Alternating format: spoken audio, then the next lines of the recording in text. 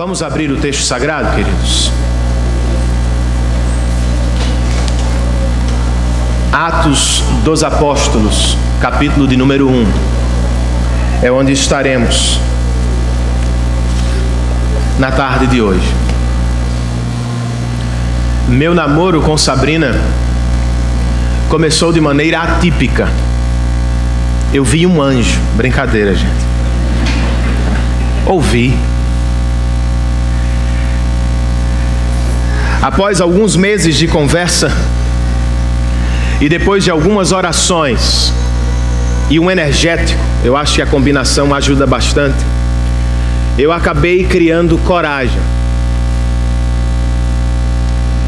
Quando a encontrei na igreja em um culto da noite,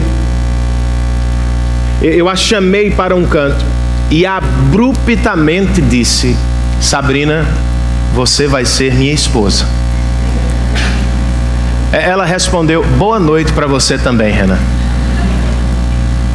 Eu não lhe dei sequer o direito de falar.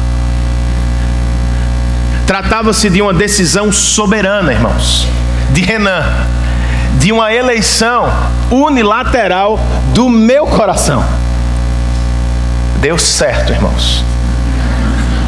Deus teve misericórdia de mim. Sabrina também. Ela aceitou o meu atípico pedido de namoro. E por mais incrível que lhe pareça, é mais ou menos assim que nasce uma igreja. A diferença é que não somos nós que dizemos: esta é a nossa igreja. É Jesus quem primeiro diz: vocês serão a minha igreja. Ao começar uma empresa, talvez você tenha o direito de bater no peito e dizer: é minha. Ao iniciar ou conquistar uma carreira profissional, quem sabe você fale assim.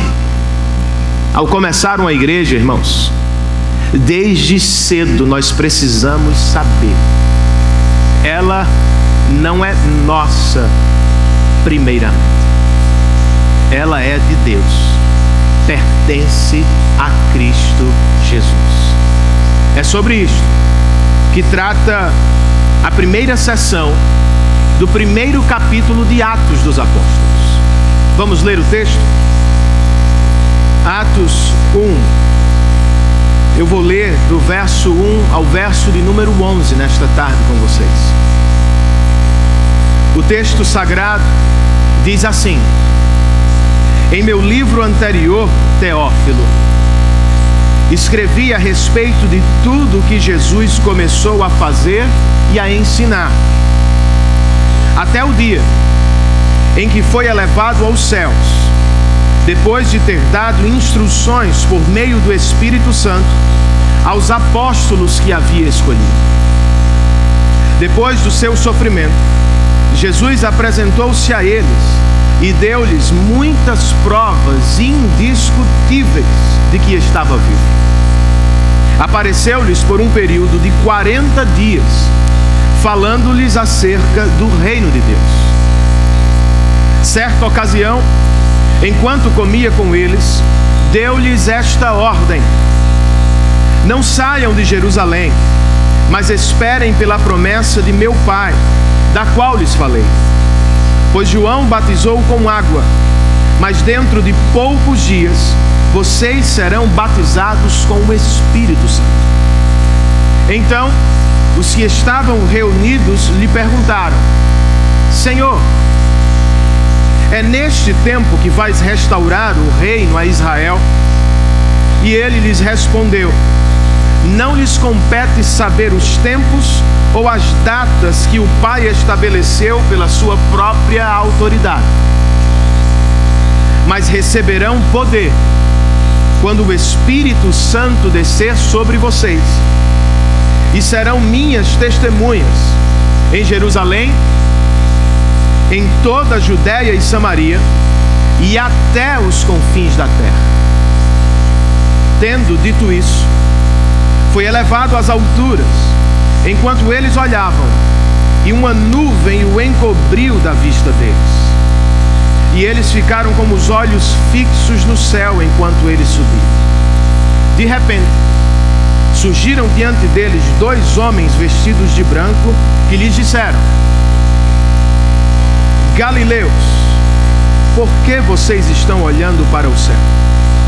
Este mesmo Jesus, que dentre vocês foi elevado, voltará da mesma forma como o viram subir. Vamos ao Senhor em oração. Pai, muito obrigado. Muito obrigado por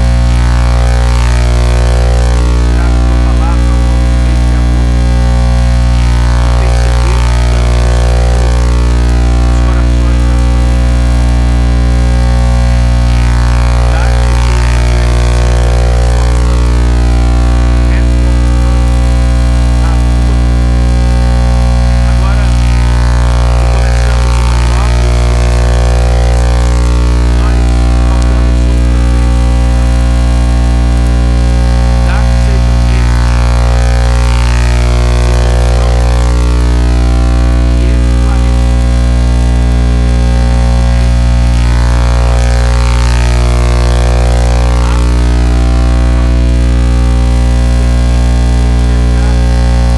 Belezas inigualáveis de tua palavra, especialmente deste livro que tem por título Atos dos Apóstolos.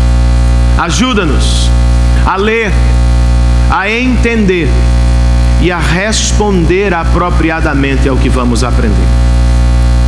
Nós te oramos assim nesta tarde, em nome de Jesus.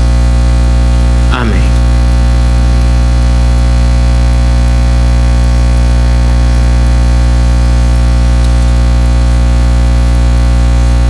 O livro de Atos termina bem diferente de como começa. Ao início do texto, irmãos, os discípulos são poucos e se encontram em Jerusalém, a cidade santa, o centro da religião judaica.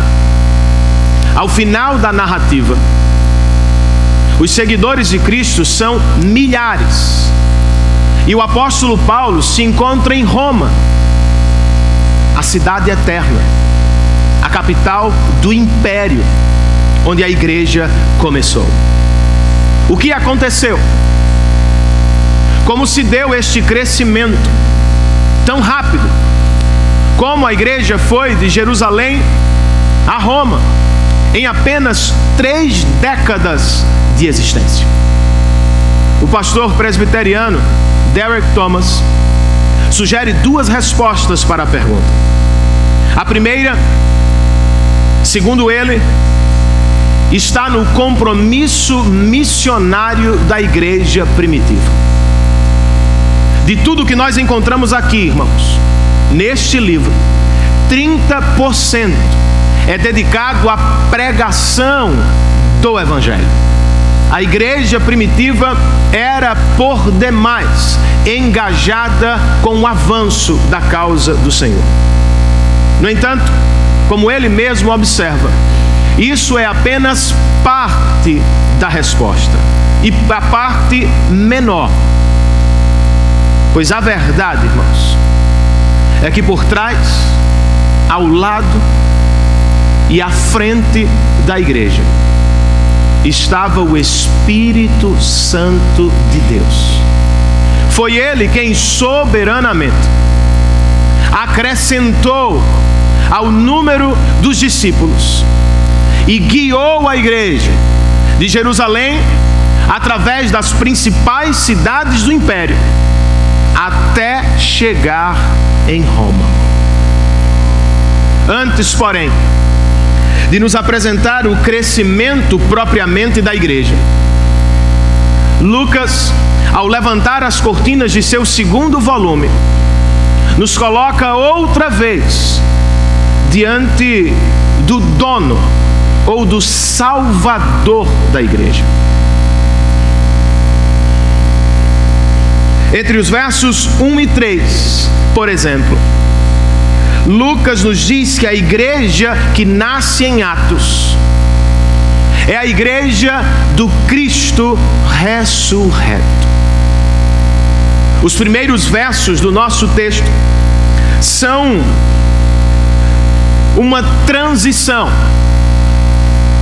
Lucas, ou seja, está ligando seus dois livros, o Evangelho e Atos dos Apóstolos. Um mesmo autor escreveu dois livros para um mesmo destinatário, Teófilo, muito provavelmente um político de Roma, que ou estava se convertendo ao cristianismo, ou estava considerando a possibilidade de fazê-lo. Mas qual era o assunto deste segundo livro de Lucas, irmãos? Versos 1 e 2. Em meu livro anterior, Teófilo, escrevi a respeito de tudo o que Jesus começou a fazer e a ensinar. Esta expressão, Jesus começou a fazer e ensinar, é importante, irmãos. Ele continua: até o dia em que foi elevado aos céus, depois de ter dado instruções por meio do Espírito Santo aos apóstolos. Dois livros e um mesmo autor. Dois livros e um mesmo destinatário. Dois livros, irmãos, e um mesmo assunto, a saber, Cristo Jesus e o que Ele começou a fazer entre nós. O contraste entre os dois livros de Lucas não se dá como pensamos, entre Jesus e sua igreja. O contraste se dá entre os dois estágios do ministério do mesmo Jesus. Como o primeiro, Lucas nos mostra o ministério terreno de Jesus. Como o segundo livro, ele nos mostra o ministério celestial de Jesus. Por isso, irmãos, o livro não pode ser chamado apenas de Atos dos Apóstolos, pois em última análise, os atos aqui são de Cristo, por meio do Espírito e através dos apóstolos. Antes dos atos propriamente, Lucas nos oferece uma informação crucial para a igreja do Novo Testamento. Verso de número 3. Depois do seu sofrimento, isto é, do que aconteceu no Calvário, Jesus apresentou-se a eles, aos apóstolos. Com que propósito, irmãos? E deu-lhes muitas provas indiscutíveis de que estava vivo para a glória de Deus Pai. Ao todo, como observou um comentarista, foram 10 aparições a homens, a mulheres, a poucos discípulos e, segundo Paulo, a 500 de uma vez só. Todas as aparições com o mesmo objetivo: provar que o nosso Salvador ressuscitou, que Ele está vivo, reinando para a glória de Deus Pai. Qual é a relevância do fato para a nossa igreja hoje, irmãos? O Dr. John Stott escreve: os primeiros versos de Atos são de extrema importância. Não é exagero afirmar que eles separam o cristianismo de todas as outras religiões do mundo. É este, portanto, Jesus Cristo no qual cremos. Ele é o Jesus histórico que viveu e é o Jesus contemporâneo que vive hoje para a glória de Deus Pai. O Jesus da história começou o seu ministério na terra. O Cristo da glória tem agido através do seu Espírito desde então. Porque Jesus ressuscitou o cristão. Eu e você temos a prova de que ele era quem dizia ser. Não era um mero professor, um simples profeta. Ele era o Filho bendito de Deus. Porque ele ressuscitou, eu e vocês temos provas de que o sacrifício vicário dele foi aceito pelo Pai. O que significa que fomos salvos da ira vindoura e aceitos na família de Deus como filhos adotivos.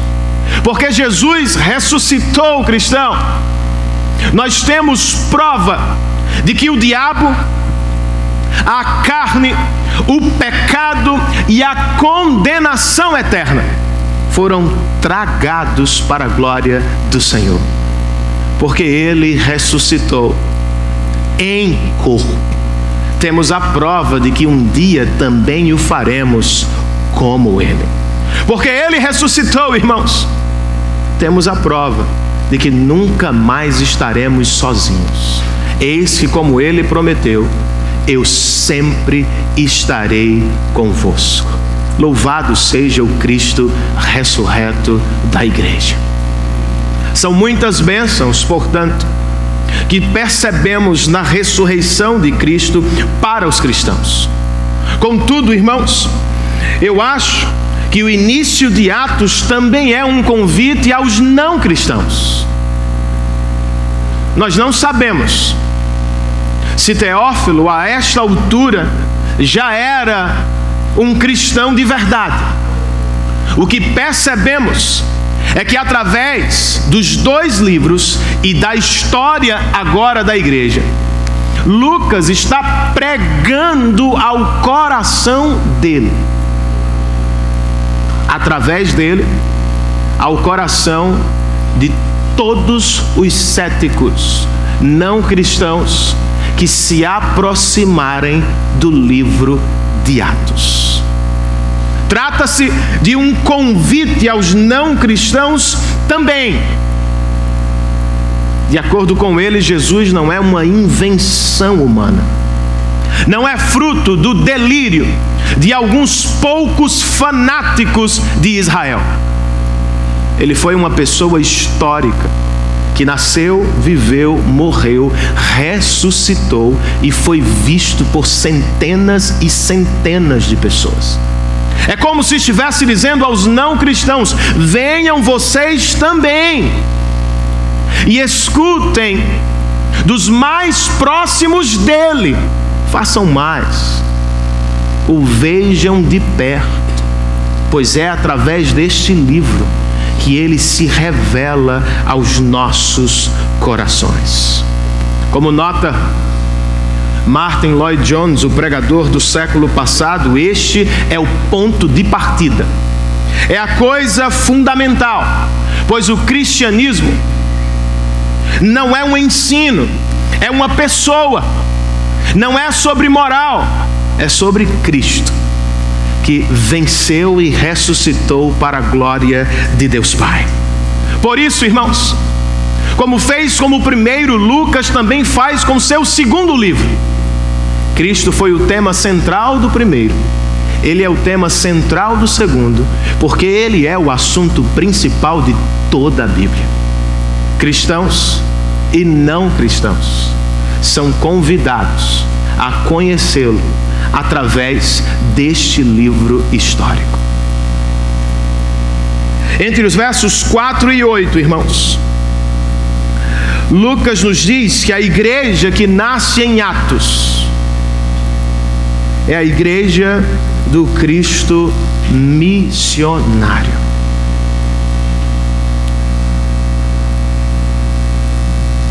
Vinícius gostou. Ele acenou com a cabeça. O que Jesus fez, irmãos? Entre a ressurreição e a ascensão, de acordo com o texto, ele viveu 40 dias nesse estado. Acabamos de ouvir que ele se apresentou aos apóstolos, dando-lhes provas de que estava vivo. Ele fez mais. O verso 3 nos diz que ele se apresentou para falar acerca do reino de Deus. Os versos 4 e 5, ele se apresentou prometendo-lhes a chegada do Espírito Santo. Estes, portanto, reino de Deus, Espírito Santo, são os dois assuntos dominantes dos 40 dias em que esteve com os apóstolos. Ele falou dos dois e provavelmente relacionou um ao outro, pois era assim que os profetas falavam no Antigo Testamento. Quando falavam do reino de Deus, falavam imediatamente do Espírito Santo. A chegada do reino estava associada ao derramamento do Espírito. Por isso, irmãos, a pergunta que eles fazem ao verso 6 não é estranha. Eles indagam: Senhor, é neste tempo que vais restaurar o reino a Israel? Embora não seja estranha, há muitos erros nesta pergunta. Nas palavras de Calvino, tantos quantos são as palavras. O Dr. John Stott completa: o verbo, o objeto e o advérbio empregados por eles demonstram uma profunda confusão sobre o reino de Deus. O verbo restaurar, ele explica, mostra que os apóstolos estavam esperando um reino político e territorial. O objeto, Israel, que aguardavam um reino nacional. E a expressão adverbial é neste tempo indica que estavam aguardando apenas uma restauração imediata. Qual foi a resposta de Jesus? E como ela corrigiu a visão dos apóstolos? Versos 7 e 8. Primeiro, ele lhes disse: não lhes compete saber os tempos ou as datas que o Pai estabeleceu pela sua própria autoridade. Depois, o que lhes cabe é isso: vocês receberão poder quando o Espírito Santo descer sobre vocês, e assim serão minhas testemunhas em Jerusalém, em toda a Judéia e Samaria e até os confins da terra. Da resposta de Jesus, podemos destacar 3 ensinos ou correções acerca do reino de Deus. Primeiro, irmãos, o reino de Deus não é uma realidade material. Ele é espiritual quanto à sua natureza. O reino de Deus, como comenta Stott, não é um conceito territorial. Por isso ele não consta, nem pode constar em um mapa geográfico dos homens. Segunda correção: o reino de Deus não é feito apenas de uma nação. Ele é internacional quanto a seus membros. Os apóstolos nutriam aspirações nacionalistas, mas de acordo com Jesus, o horizonte deles precisava crescer. Vocês serão minhas testemunhas em Jerusalém, em toda a Judéia e Samaria, e depois chegarão aos confins da terra. Aqui os estudiosos observam, temos o próprio sumário do livro de Atos. A missão se desenrola primeiro em Jerusalém, do capítulo 1 ao 7, depois em toda a Judéia e Samaria, do 8 ao 11, e por fim alcança os confins da terra, entre os capítulos 12 e 28. Mas como, irmãos? Como se dará o crescimento da igreja? De acordo com a resposta de Jesus, o reino de Deus será gradual quanto à sua expansão. Os apóstolos querem saber o quando do reino. Jesus lhes dá o como. Vocês receberão poder e por meio do Espírito vão a Jerusalém, Judéia, Samaria e por fim alcançarão os confins da terra. O reino de Deus, portanto, não será aumentado por soldados, mas por testemunhas. O reino de Deus não crescerá através de uma declaração de guerra, crescerá através de uma mensagem de paz. O reino de Deus não ganhará o mundo por meio da força e das armas. Ele chegará aos confins da terra através da obra poderosa do Espírito Santo de Deus em nossos corações. A pergunta é, irmãos, como tomamos parte desta missão de expandir, alargar e levar o reino de Deus a todas as nações da terra?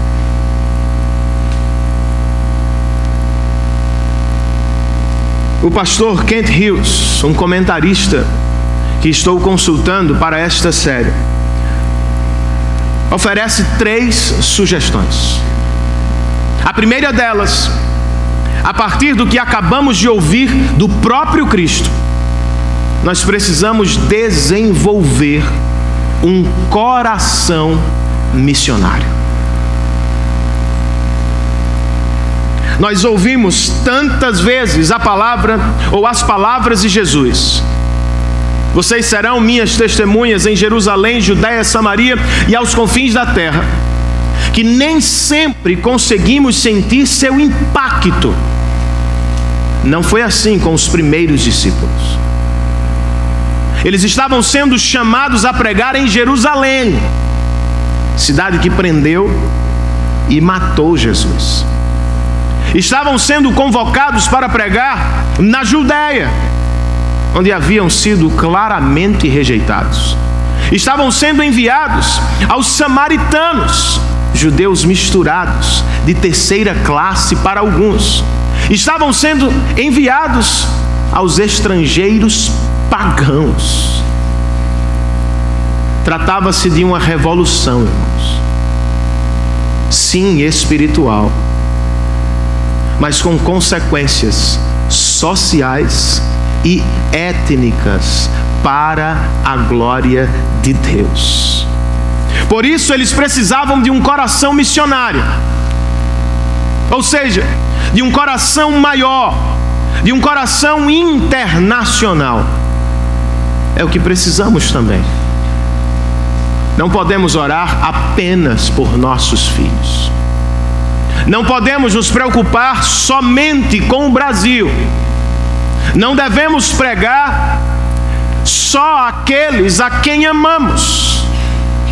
Nosso coração precisa crescer, irmãos.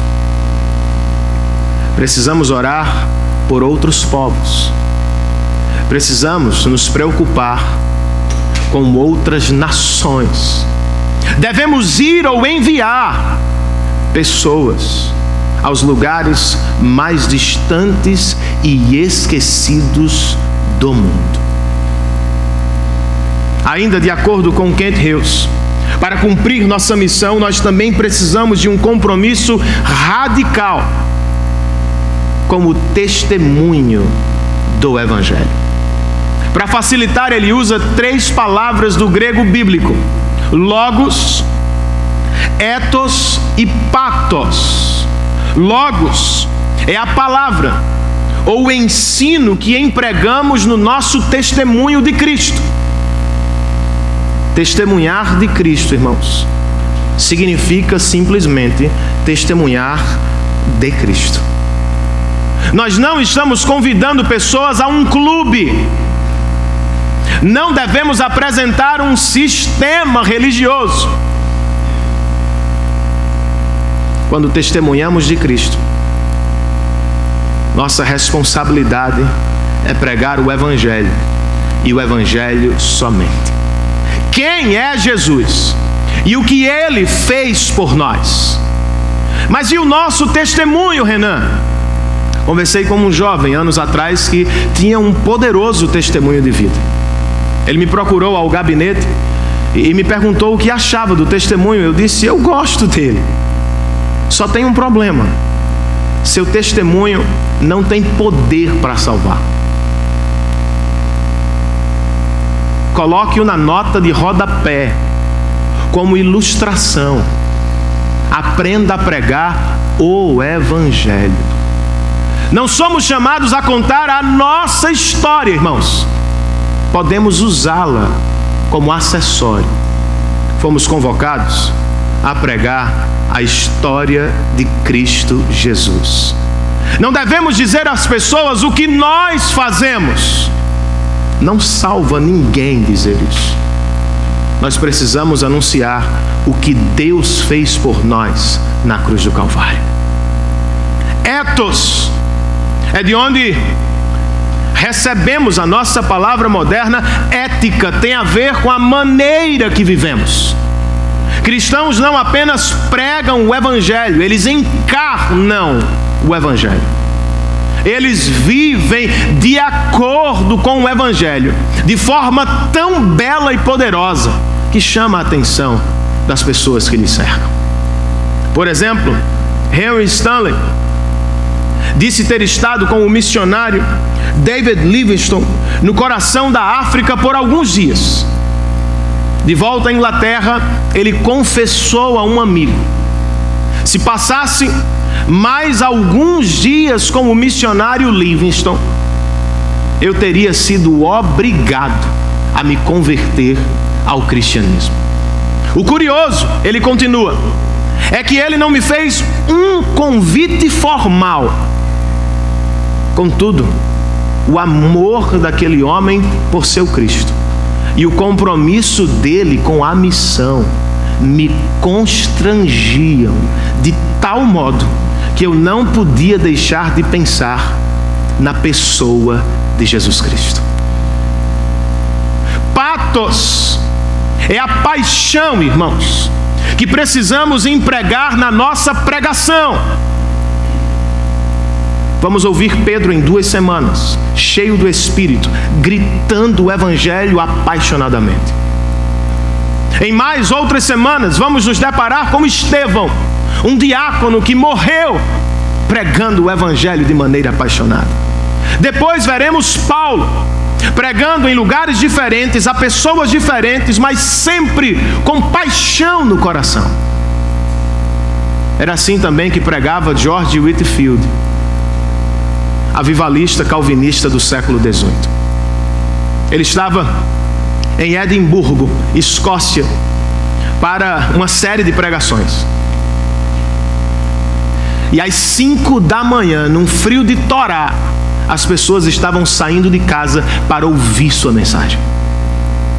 Foi quando alguém notou a pessoa ilustre do filósofo cético David Hume. Outra pessoa criou coragem e disse: doutor, eu ouvi dizer que você não acredita no Evangelho. Hume respondeu: de fato eu não acredito. Então por que você está aqui? Porque Whitefield acredita o bastante. Eu me dou por satisfeito. Paixão, irmãos. Além disso, nós precisamos, ou acima de tudo, de dependência do Pai, do Filho e do Espírito. Quando chegará o teu reino, Jesus diz: vocês não precisam se preocupar com isso. O Pai já estabeleceu as datas e as épocas por sua própria autoridade.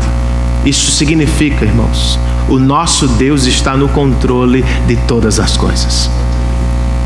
O que nos cabe? Esperem o Espírito, recebam poder. Notem o verbo que Jesus emprega. Ele não disse fabriquem o poder. Ele não nos ordenou inventem avivamentos. Ele não nos disse produzam conversões. Nós não podemos, irmãos. O que nos cabe? Recebam, esperem. Do alto, quando Ele quer, desce poder para a salvação de todo aquele que nele crê. O que podemos fazer é orar pelo alargamento do nosso coração por missões, orar pelo nosso compromisso com o testemunho do Evangelho, orar pelo avanço do reino de Deus entre todos os povos da terra. Por fim, irmãos, entre os versos 9 e 11, Lucas nos diz que a igreja que nasce em Atos é a igreja do Cristo exaltado. Em outros textos da Bíblia, Salmos, Filipenses, Hebreus, nós temos uma janela que nos permite ver o mesmo momento, por assim dizer, do lado de dentro. Como foi a chegada de Cristo aos céus? Em Atos, porém, nós estamos do lado de fora. Vemos pelos olhos dos apóstolos. E Lucas faz questão de ser simples e sóbrio. Talvez porque tivesse receio de misturar a ascensão com os exageros das lendas míticas.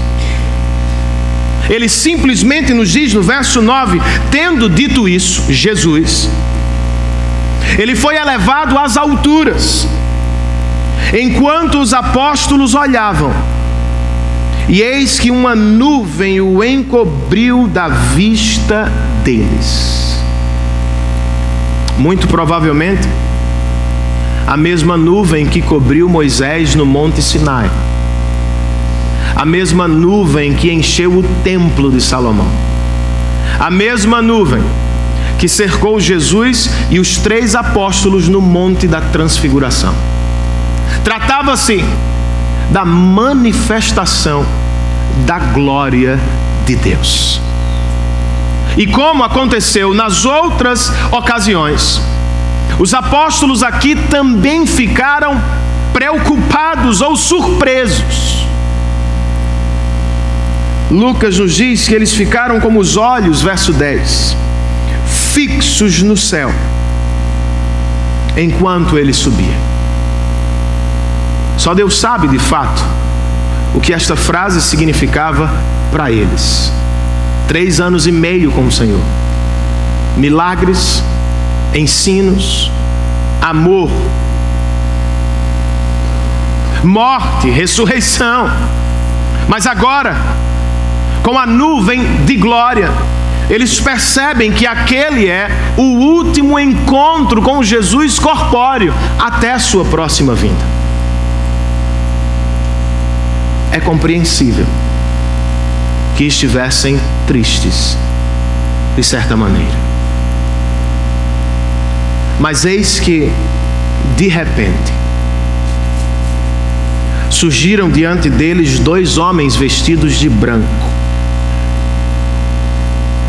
A aparência humana, irmãos. Outra vez, estamos assistindo o episódio a partir dos olhos dos apóstolos.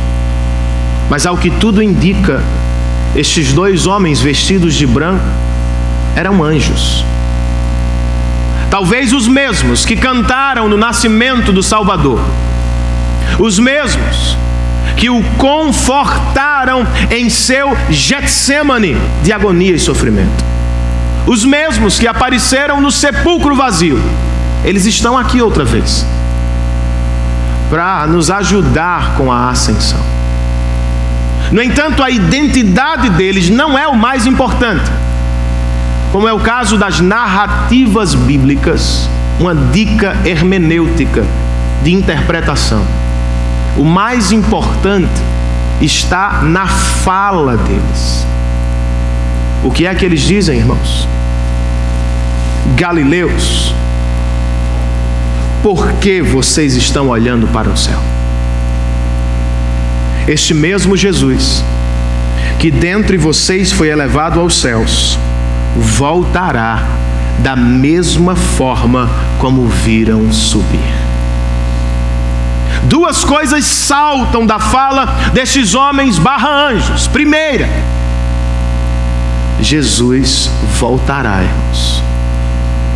Contudo, não será imediatamente. Os apóstolos não podem trazê-lo de volta agora. Segunda coisa importante, eles precisavam mudar de direção, deixar de olhar para cima e passar a olhar para frente. É como se os anjos estivessem dizendo: vocês o viram partir, o verão voltar. Entre a ida e a volta dele, o Espírito precisa vir e vocês precisam ir aos confins da terra por ele e para a glória dele. Você vai?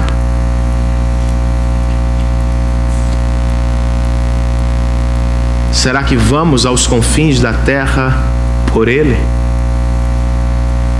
Alguns cristãos sequer conseguem atravessar a rua por ele. E eu penso que talvez seja porque estão como os apóstolos, olhando apenas para o céu, absortos com o mundo vindouro.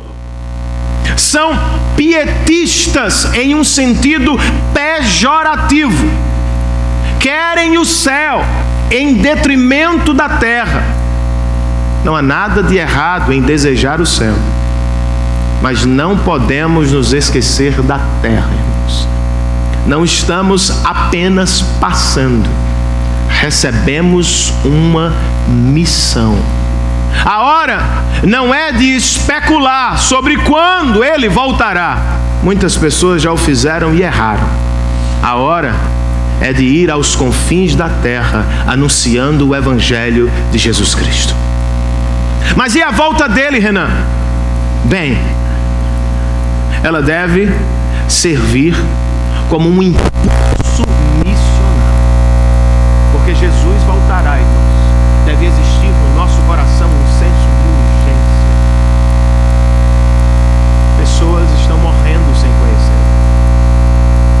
Povos ainda não ouviram falar da sua obra. Porque Jesus está voltando. Nós precisamos entender que só há mais um ato para o cumprimento de toda a história de Deus na terra. Eu vou explicar. Ele morreu, ressuscitou, ascendeu.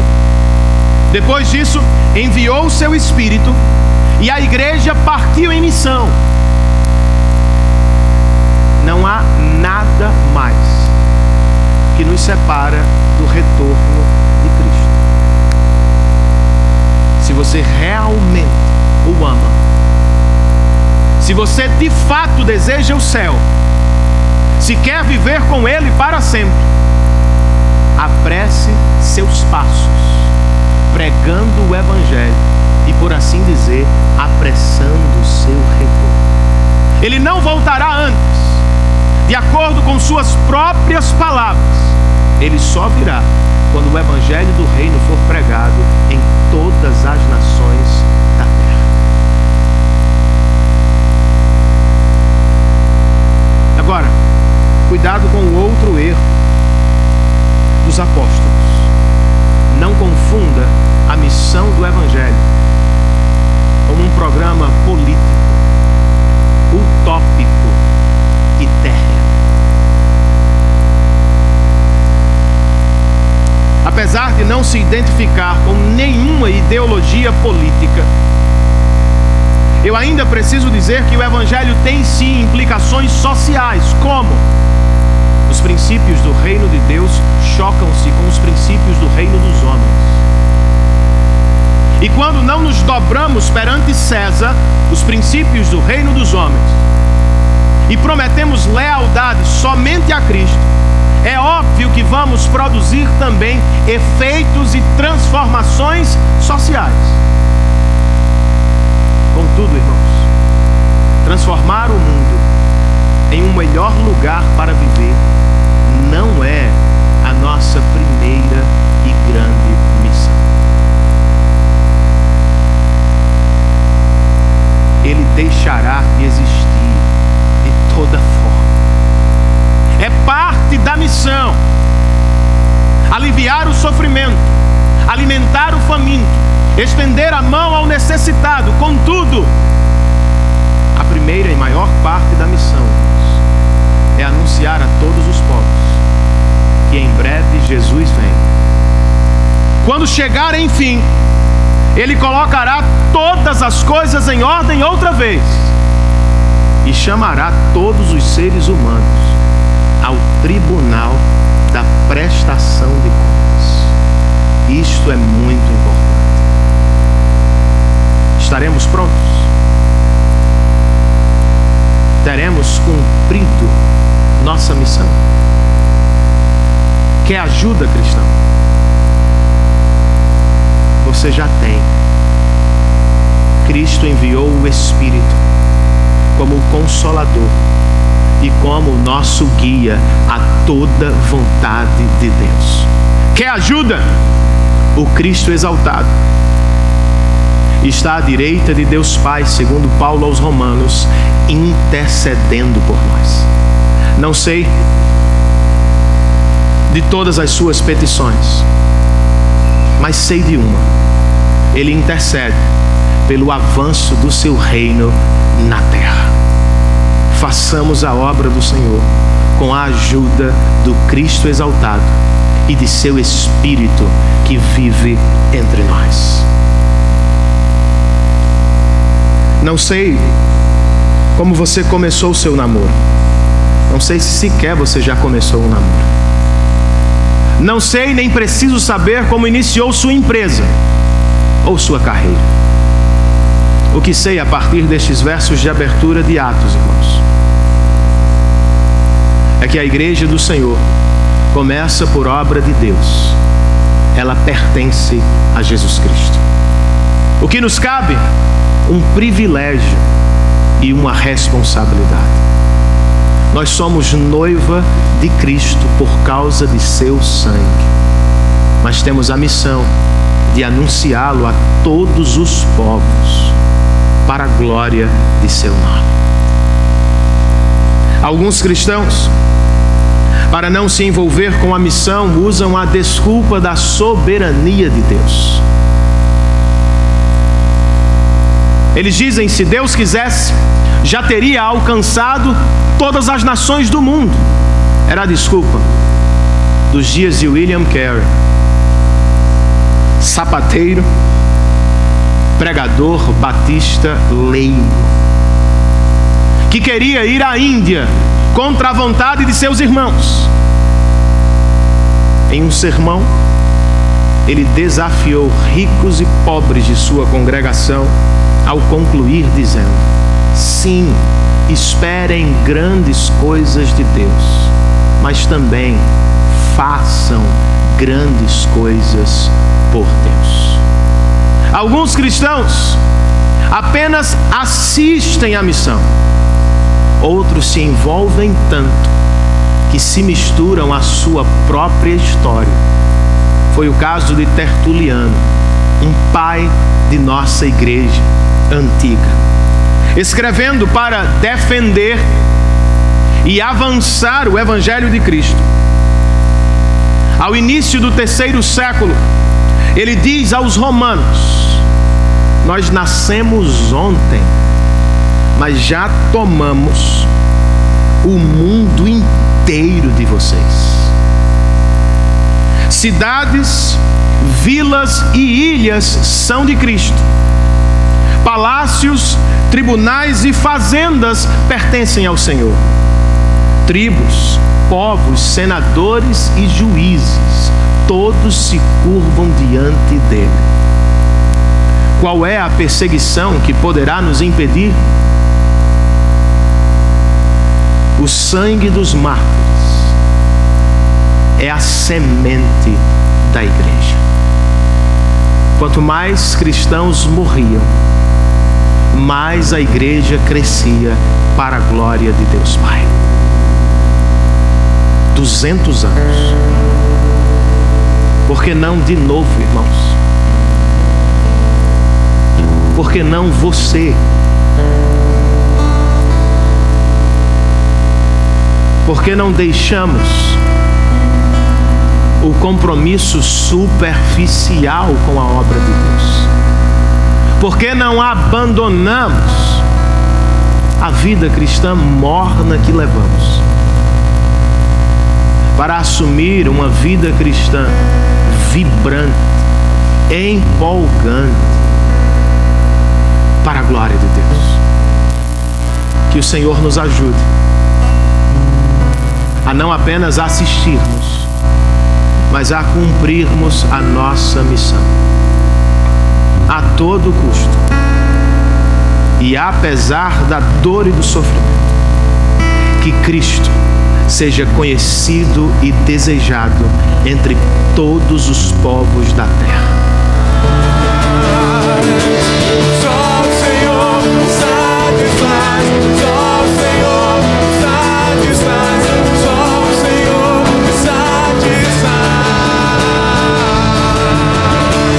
só o Senhor satisfaz, só o Senhor satisfaz, só o Senhor, só o Senhor, só o Senhor satisfaz, só o Senhor satisfaz, só o Senhor satisfaz. Mais uma vez, só o Senhor satisfaz, só o Senhor satisfaz, só o Senhor, só o Senhor.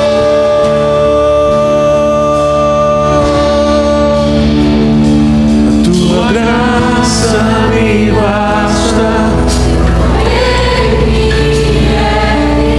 me dá força,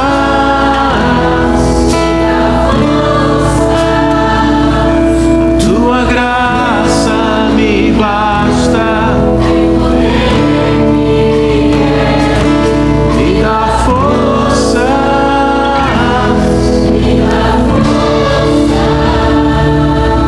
fortalece-nos, Senhor.